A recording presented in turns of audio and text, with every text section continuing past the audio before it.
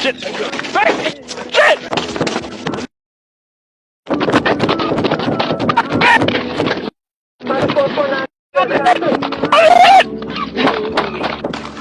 Overhead! John, level!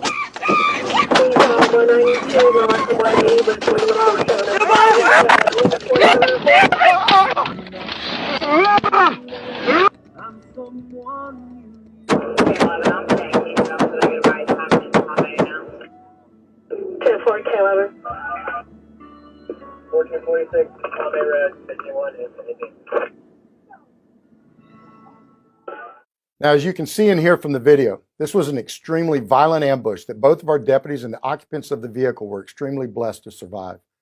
This individual had absolutely no regard for human life and was focused on only one thing: killing our deputies to avoid arrest, as he knew he was facing several minimum mandatory prison sentences in his pending cases.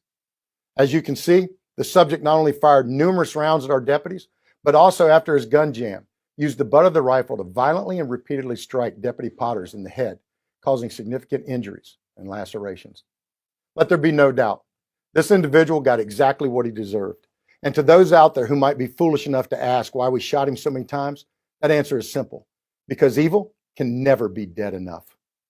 Now that you've had a chance to see the ambush and response by our deputies as it occurred in real time, I'm going to show you the incident as it unfolds in slow motion so that you can see exactly what took place and how our deputies responded to the threat. So the first thing we see is Deputy Toman talking with the female occupant of the vehicle, while a second occupant of the vehicle is seen leaning against the trunk of the car, where the perpetrator is actually seated in the back seat.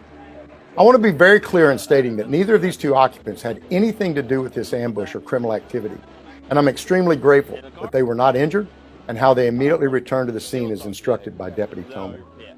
At an early point in the video, you observe Deputy Toman asking Deputy Potters to have the third subject exit the vehicle.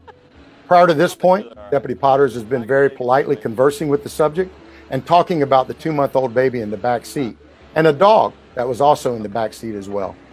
As Deputy Potters asked the subject to exit the vehicle, he is immediately and without warning ambushed with a small stock AR-15 styled rifle that is pointed and fired directly at him.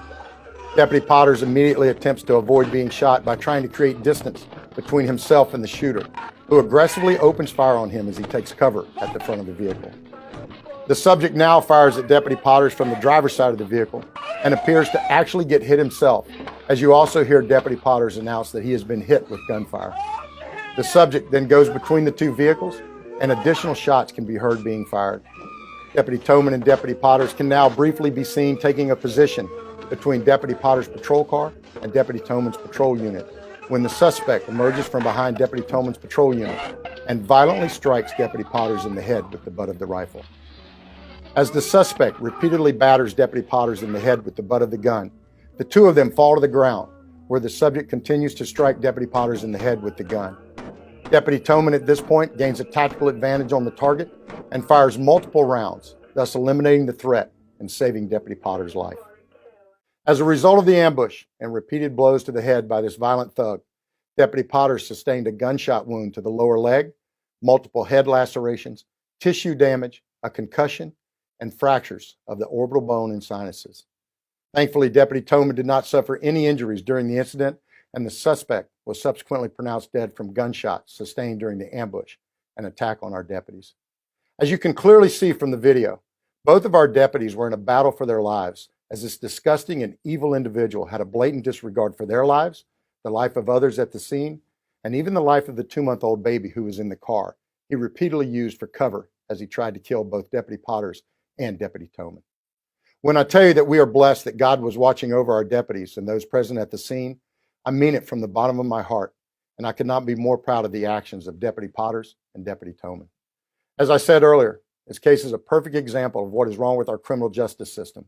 When a registered career criminal with 23 felony charges, 17 misdemeanor charges, multiple convictions for violent offenses, and 2 active and pending drug trafficking cases is out on our streets where he can attempt to kill our deputies and put others' lives at risk, something is wrong with our system.